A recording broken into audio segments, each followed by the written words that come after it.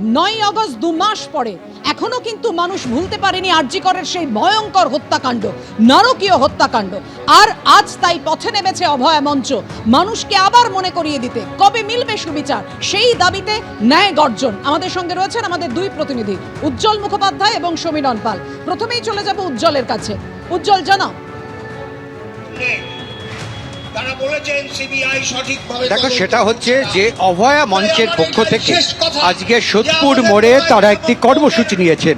আমি প্রথমেই ভগবানকে বলবো, এই কর্মসূচির ছবিটা দেখাতে তুমি দেখতে পাচ্ছ যে ইতিমধ্যেই সোদপুরের যে মোড়, সেই মোড়ে কিন্তু প্রচুর মানুষ জড়ো হয়েছেন, যারা দিনের পর দিন এই অভয়া এই নির্যাতিতার এই ঘটনার সঙ্গে কারা দোষী, কারা এই ঘটনার সঙ্গে যুক্ত, তাদের বিচার করতে হবে।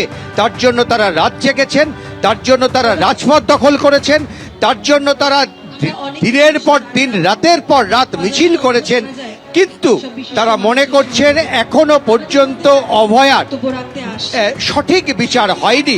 ফলে এই বিচারের দাবিতে তারা ফের পথে নেমেছেন। গতকালই তার পরিবারের সদস্যরা আমাদেরকে এই অভিযোগ করেছেন যে তারা আশঙ্কিত যে সিবিআই অর্থের বিনিময় তাদের এই তদন্তকে ধামাচাপা দেওয়ার চেষ্টা করছে। তার পরিবার এই অভিযোগ করেছেন যে বিভিন্নভাবে যারা এখানে সাক্ষী রয়েছেন তাদেরকে ভয় দেখানো হচ্ছে, তাদেরকে প্রভাবিত করা হচ্ছে।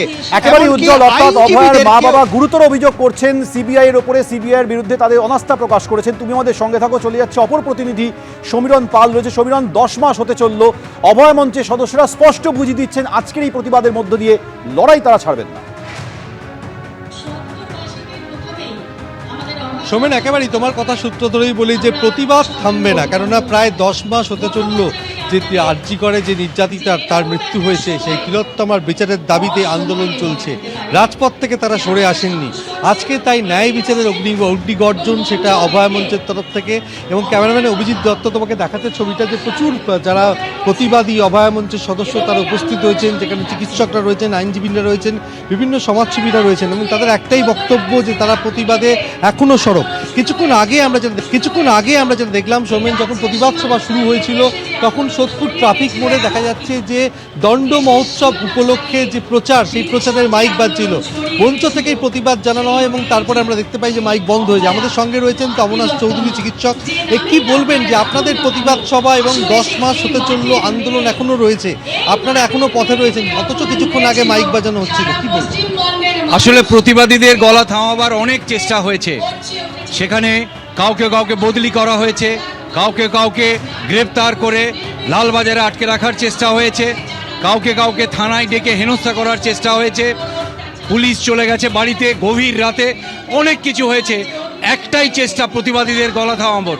সর্বশেষ দেখতে পাচ্ছি আমাদের স্বরকে চাপা দেওয়ার জন্য উচ্চস্বরে মাইক বাজানো হচ্ছে। আমাদের গলা থামানো যাবে না, প্রতিবাদ থামবে না, যেটা চিকিৎসক তমনাশ চৌধুরী জানালেন যে প্রায় 10 মাস হতে চলল বিচারহীন।